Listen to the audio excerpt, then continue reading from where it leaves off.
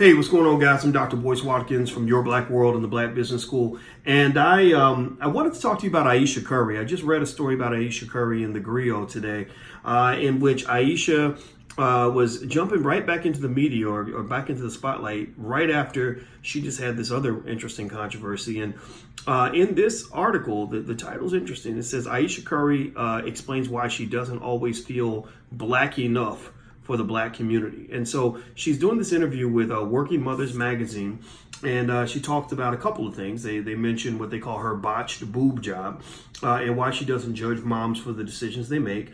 She also said that the black community needs to embrace everyone better, including people who don't fit into a mold like herself. She mentions that she says she talks about her breast job first, and she says, I didn't realize at the time, but after having Ryan, which is her son, I was battling a bit of postpartum depression that lingered for a while. She said, it came in the form of me being depressed about my body, so I made rash decisions. She also says that she doesn't always feel welcome in the black community. She says that she says that's a hard thing to carry. She says that she is not black enough for her own community. She says that that's why my partnership with CoverGirl was special for me, because I felt like I didn't fit the mold of a CoverGirl. I'm not in the entertainment industry. I'm not thin. I'm 170 pounds on a good day. It's been a journey for me. And she says that basically she feels too black for the white community and not black enough for the black community. And that was part of the discussion as well. Which I think that's really interesting and very interesting. What are some quick thoughts on Ayesha? First of all, I think Ayesha is looking for something. I think that there's something in her that isn't quite fulfilled. I'm like Etan Thomas. Etan Thomas is a former NBA player who's a friend of mine. And the first question Etan asks on Instagram is, couldn't she wait until after the playoffs, before she does all this? Because, while we can certainly respect anybody's right to express themselves and say what they want to say, there is such a thing as remembering that your spouse has a job and that they have a reputation to maintain, a brand they have to maintain.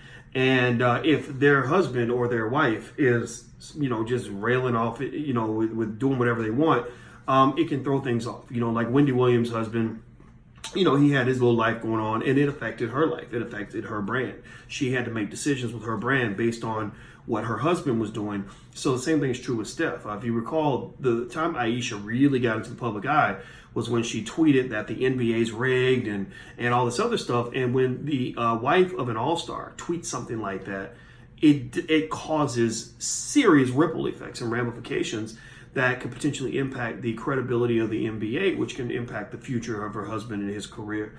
And so I would guarantee that if Steph wasn't hitting all those three-pointers, I don't know if he would still be on anybody's roster, because they'd be thinking, well, we got to deal with your wife. So it's almost like LeVar Ball.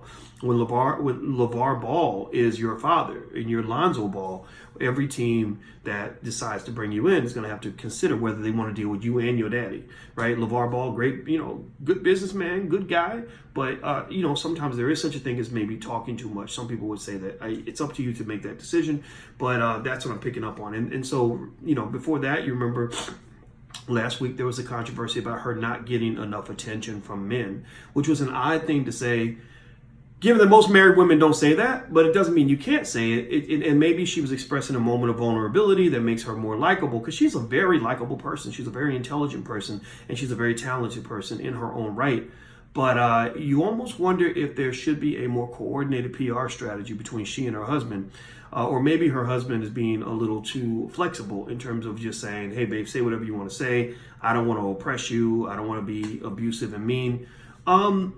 I don't really know if all this attention is good for their family. I think when I've looked at the initial reactions to the article from black people, the reactions are like, oh God, here she goes again. And I think that the impression people have is that she's an attention seeker, that she feels somehow maybe competitive with the fact that her husband gets so much attention as an NBA star, and she wants that attention too. I can't back away from that, because I'm just sort of seeing all these comments. And again, it's not like it's in the off season or sometime where nobody's thinking about Steph. Steph is on TV every other night because he's about to compete for the NBA championship.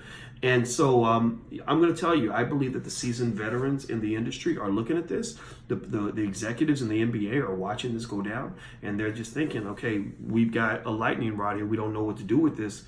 We got to think about how we're going to strategize to prevent any potential damage in case she does say something that, you know, a little bit reckless, like what she did with the, you know, the NBA being rigged. And that's just my 2 cents. I know for a fact that if you got if you got a spouse that loves to run their mouth on Twitter, ain't nobody gonna tell you shit. You know, ain't nobody gonna tell Steph Curry no secrets about the league, no inner workings of anything, because they're gonna be thinking, well, you're gonna go home and tell your wife, and your wife doesn't she doesn't always stay on code. And it's not a gender thing. If she were a man, if she were a man who had a high profile wife and was doing the same thing, I would say the same thing, right? So it's not about a woman not being allowed to speak and say what she wants. It's about being selective about what you say, you know, and remembering that you have other people that are affected by your words. Words have a lot of power, especially when you are high profile. So so I hope that whatever attention Ayesha needs, I hope she gets it. I hope that the therapy she needs, she gets it.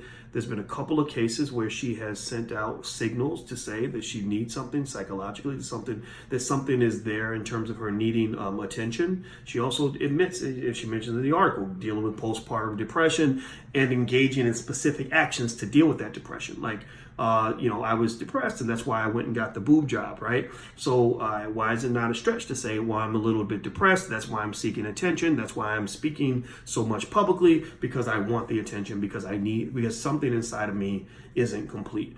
I don't know. Maybe but then again, you know, who am I, right? Anyway, that's it. I'm about to get out of here, guys. Make sure you hit the thumbs up button, share button, and subscribe button.